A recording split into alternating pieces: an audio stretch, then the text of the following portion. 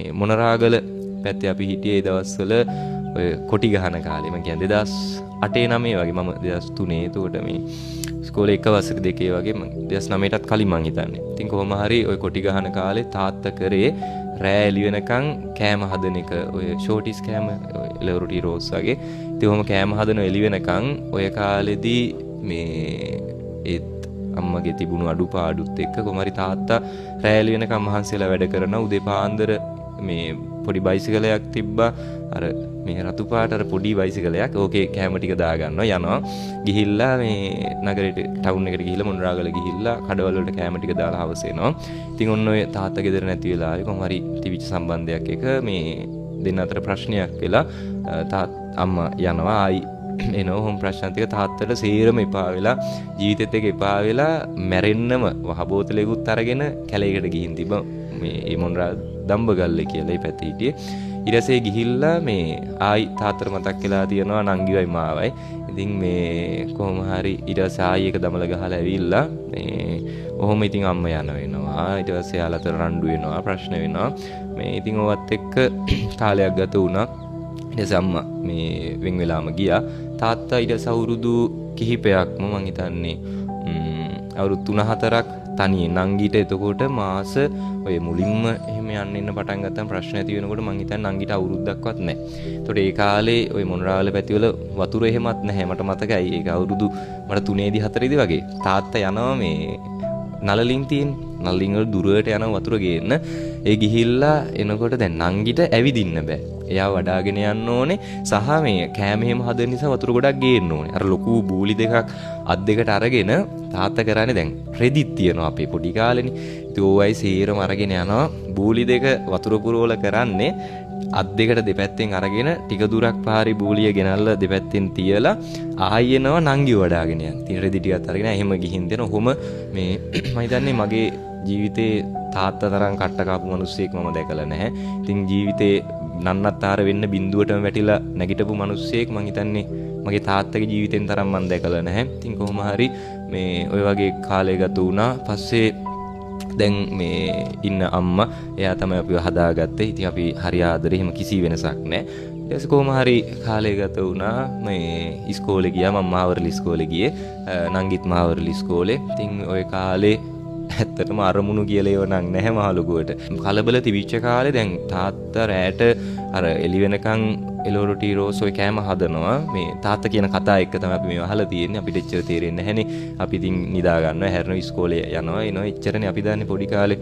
ඒ කාලේ මේ අපි ඉන්න ගෙදරට ළඟටම ඇවිල්ලා කොටි ගහලා යනවලු. ගෙදර ඉඩමෙන් යන වෙනවලු. ඉතින් ඒ බයත් එක්ක ඒව එක්ක මං හිතන්නේ ලොකු මහන්සියක් දරලා තාත්තා නංගිවයි මාවයි හදාගත්ත. පස්සේ දැන් මේ අපි හදාගත්තේ අම්මා එක්කගෙන ආවේ නංගි කෙල්ලෙක්නේ.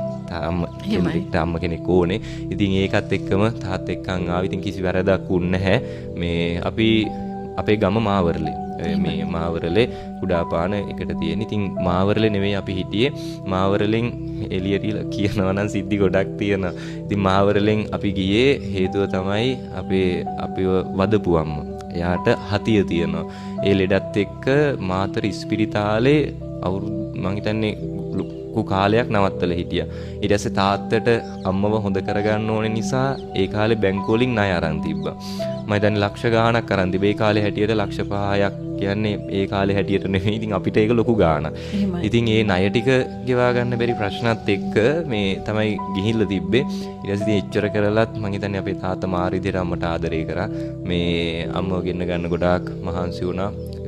මේ සාර්ථක වුණේ මේ මම මේ ටික මේ මතක් කරන්නේ මම මේක කලින් කියලාම නැහැ. මේ කතා කියලාම නැහැ. මේ හේතුව තමයි මේ අපේ ජීවිතේ අපි යම් තැනකට ආවා. මම ඇත්තටම අකමැති දෙයක් තමයි මේ අතීතේ නිසා කාගෙන්වත් අනුකම්පාවක් හරි එහෙම අවශ්‍ය නැහැ. ඉතින් මේ කොහොම හරි මේ මම මේක කියන්නේ මට ශාලිකා නෝනා ඊයේ කතා කර එක මහත්තයෙක් එයා කතා කරලා ඔය වගේම ප්‍රශ්නයක් මට කිව්වා. හාමුදුරුවනේ මගේ ළඟම හිටපු යාළුවත් එක්ක බිරිඳ සම්බන්ධයක් පටන් අරන් ජීවිතේම එපා වෙලා ඒ වගේ දරුවෙකුත් ඉන්නවා.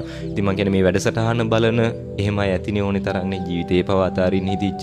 ඉතින් අපේ තාත්තටත් එහෙම හිතිච්ච වෙලාවේ අපි දෙන නිසා ජීවිතේ අරගත්තා. ආයි 2010 විතර අපි මාවරලට ආවා. ඒ තමයි අපේ ගම.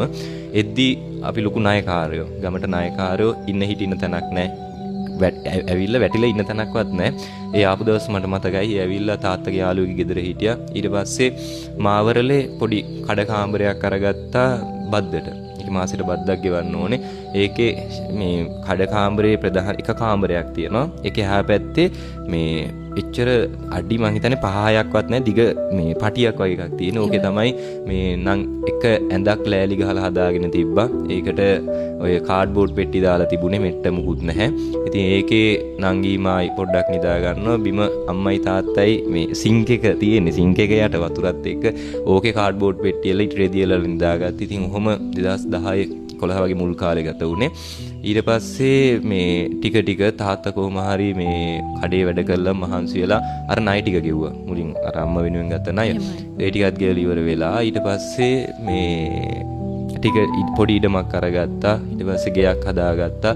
එහෙම ඊට පස්සේ අපි කුඩාපානේ ඔය මාවරලට පොඩ්ඩක් මෙහා කුඩාපානේ පදිංචියට ආවා. ඔය ඉන්න කාලේ මේ මට මහාන වෙන්න යන්න ලෝක කැමැත්තක් තිබිතින් පොඩි කාලේ ඉඳන් තාත්තා අච්චර මහන්සියෙන් හදාගත්ත නිසා මහාන කරන්න කැමති වුන්නේ නැහැ. ඉතින් මේ පස්සේ කොහොම හරි කියලා මම රණ්ඩු වෙලා මහානුනේ ඉස්කෝලේ උඩ 10 වසරේ. 10 වසරේ අවසානයේ. ඉතින් මට එහෙම අම්මා කෙනෙක්ගේ ආදරේ කියන එකේ අවශ්‍යතාවයක් නැතිම වෙලා ගියා. පොඩි කාලේ කියන්නේ ඒ ගෙදර වෙච්ච දේවල් එක මට නොතේරෙන කාලේ තාත්තා කියනවා මට මේ අම්මව යනවා. අම්මායි තාත්තා එක්කන් එනවා. ඒ කාලේ අවුරුදු 2-3ේදී මට නොතේරෙන කාලෙක දවසක් අම්මව තාත්තා එක්කන් ඇවිල්ලා ගෙදර එක්කන් ආපු දවසේ හොයලා බලනකොට මම ගෙදර නැතිලු.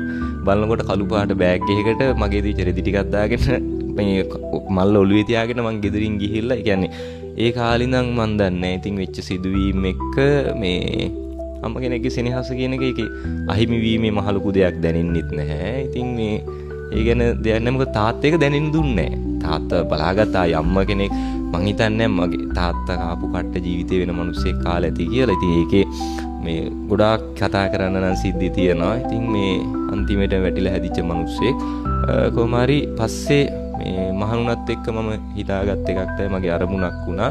අද මම මේ බණ පදයක් හරි කියලා සිවුරෙලිමක් හරි කරද්දී තාත්තා ගෙදර ඉඳන් මාරි විදියට සතුටු වෙනවා. පවුලේ සතුටු වෙනවා. ඉස්සර අපි ගමට ආපු දවසේ ඇවිල්ලා මේ බද්දටෙන හිටි ඉඳලා මේ පොඩි ඉඩමක් අරගෙන පොඩි ගෙයක් හදාගත්තා. ඒ ගෙදෙට්ට අපේ ගෙදර තිබිච්ච බඩු අර බද්දට හිටපු ගෙදර තිබිච්ච බඩු ටික අරන් ගියා. තිබ්බේ මහලොකු ඔය මේ හදලා දීපු ඇඳන් නෙවෙයි. තාත්තම ගෙනල්ලා ලී වලින් ගහගත්ත ඇඳක්. ඊට පස්සේ මෙට්ට නෑ කාඩ්බෝඩ් කෑලි. ඊට පස්සේ ඔය වගේ ඒවා තිබ්බ. ඉතින් මේස කියන්නේ තාත්තම ලෑලි ගෙනල්ලා හදාගත්ත මේස. ඉතින් ওই බඩු ටික අරගෙන අපි අර ගෙදෙට්ට යද්දී අපේ අසල්වාසීම කියලා තිබ්බ හිඟන්නෝ කියලා බැනලා තිබ්බ. හරිද? يعني මේ වචනේ තාම මට මතකයි. තරහක් එහෙම මුකුත් නැහැ. හරිද? එහෙම තරහක් මුකුත් නැහැ.